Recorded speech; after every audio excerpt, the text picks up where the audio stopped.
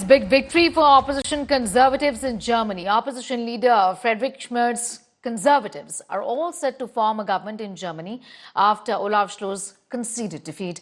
While celebrating with the party workers, Merz said that he was prepared for the polls and this victory as well. He also said that he doesn't know how many partners the conservatives will need for a majority in parliament, but coalition talks are on. The outgoing German Chancellor has taken full responsibility for the disappointing poll results. Weil CDU und CSU gut zusammengearbeitet haben und wir uns sehr, sehr gut vorbereitet haben auf diese Bundestagswahl und auch auf die Übernahme der Regierungsverantwortung. Ich möchte zuallererst Markus Söder herzlich danken, dem Parteivorsitzenden der CSU. Vielen Dank für die sehr, sehr gute Zusammenarbeit von CDU und CSU. Das ist ein bitteres Wahlergebnis für die Sozialdemokratische Partei. Das ist auch eine Wahlniederlage. Das, finde ich, muss bei dem Ergebnis einmal am Anfang klar und deutlich gesagt werden. Und für mich ist auch ganz wichtig zu sagen, das ist ein Ergebnis, aus dem wir gemeinsam nach vorne gehen müssen. Und deshalb möchte ich mich erst einmal bedanken bei all denjenigen, die möglich gemacht haben, dass wir die letzten Wochen und Monate so gekämpft haben. Die Umfragen wurden nicht besser. Trotzdem haben überall in Deutschland Sozialdemokratinnen und Sozialdemokraten aktiv Wahlkampf gemacht. Joining us this morning is Sherry Malhotra, Deputy Director from the ORF. I'm going to thank you so much for your time. I want to begin by asking you, how do you look at the first statement, one of the earlier statements that have been made by the incoming Chancellor, talking about the fact that there has to be independence, quote unquote, from Trump's America, and also talking about NATO being soon dead? Thank you, Sneha, for having me on the program. Well, Germany, of course, has a new chancellor. As expected, the Conservative Alliance of the CDU and the CSU has won the election. I think the first question will be who they will form a coalition with. And this will need to be a workable and stable coalition, unlike the previous traffic light coalition.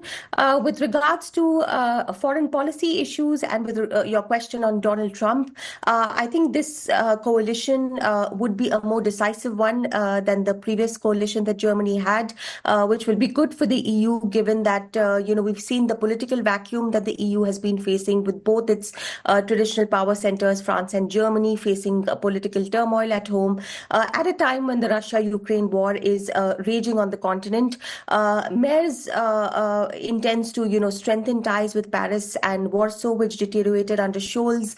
And of course, he faces the added challenge of dealing with a volatile Trump administration. We saw at the Munich Security Conference recently when Vice President J.D. Vance attacked the EU and its policies. Then you had Russian and American officials meeting in Saudi Arabia to negotiate an end to the war with no Europeans or Ukrainians invited to the room. So the US is, unlikely to continue to provide for European security. Europe will have to take care of its own security and defense going forward, given that this is a sort of complete breakdown in trust in the transatlantic alliance. So I think it's good to have somebody like Merz at the helm now. Hopefully Germany will have a more stable coalition now that will also be able to tackle the foreign policy challenges that Europe is facing at the moment, especially when it comes to its security. It's a good time, it's a good opportunity to sort of reinstate German leadership in Europe at a time of this great disruption that we are witnessing. And also helping the situation would be the fact that Italy is on the same page as far as conservatives are concerned. And hence the statement also from us talking about how there will be replacement of the American umbrella as far as the nuclear umbrella is concerned. And there would be further cooperation, nuclear cooperation between, countries like France, the UK and Germany, among others. How do you read this statement? Well, I think that remains to be seen. When you talk about nuclear issues, it's really only France and the UK that have nuclear weapons on the continent. But certainly, I think a nuclear deterrent, a common European nuclear deterrent could be a way forward to enhance European security. Germany, has, under the Scholz government, undergone the Zeitenwende. So, of course, it remains to be seen whether the Zeitenwende would apply to Germany's historical reticence when it comes to nuclear weapons, given its dark history in the past.